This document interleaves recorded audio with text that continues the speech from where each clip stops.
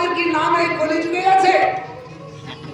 হ্যাঁ, কলিযুগে আছে তা নয়, আমাদের চার যুগে নাম আছে।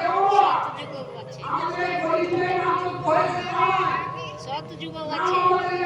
আছে চার যুগে আছে। তাই তো হয়, তাহলে চার যুগের নাম আমার বলতে হবে কি গো?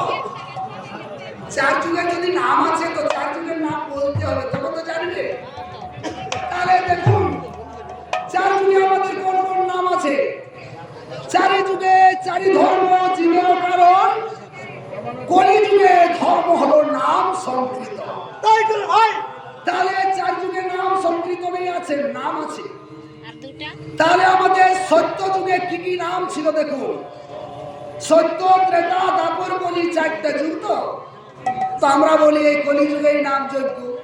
না না, আমাদের আগে যুগেও নাম আছে। তাই করে ভাই, তাহলে সত্য যুগের কোন নাম? নাম বলছে নারায়ণ পরাভরা, নারায়ণ পরাবেদ, নারায়ণ পরামুক্তি, নারায়ণ পরাগতি।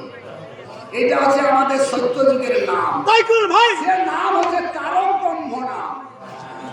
তারপরে আমাদের এসে গেল ত্রেতা যুগ। সত্যর পরে ত্রেতা। ত্রেতায় কোন নাম ছিল? বলছেন যজ্ঞেশ্বর, নারায়ণ, কৃষ্ণ, বিষ্ণু, নীলাস, জগদীশ্বর। তারপরে আমাদের দাপর যুগ চলে এসেছিল। দাপর যুগে হরে মুরারি, মধুকণ্ড ভারী, গোপাল গোবিন্দ, মুকুন্দ সোল। যজ্ঞেশ্বর, নারায়ণ, কৃষ্ণ, বিষ্ণু, নীলাস, জগদীশ্বর। এটা নাম আমাদের দাপর যুগের নাম। আর এই কলিযুগে হরে কৃষ্ণ, কৃষ্ণ কৃষ্ণ, হরে হরে, হরে রাম, রাম রাম, হরে হরে।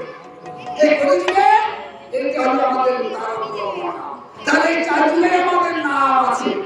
সেই নামের মধ্যে আপনাদের কি বলবো, আমি এক কণিকা গান শ্রবণ করাবো। সে গানের নাম হচ্ছে এক আটকাল দোষ মাত্রা। সেই দোষ মাত্রা এক আটকালের মধ্যে আমার ভাষা দোষ, মাত্রা দোষ, শব্দ দোষ হতে পারে। আপনারা সকলেই গুরুত্ব দোষ, সন্তোষণ, ভক্তজন, সেগুলোকে আপনারা ধন্য মনে করে এই গোবিন্দের নাম মনে করে গ্রহণ করবেন।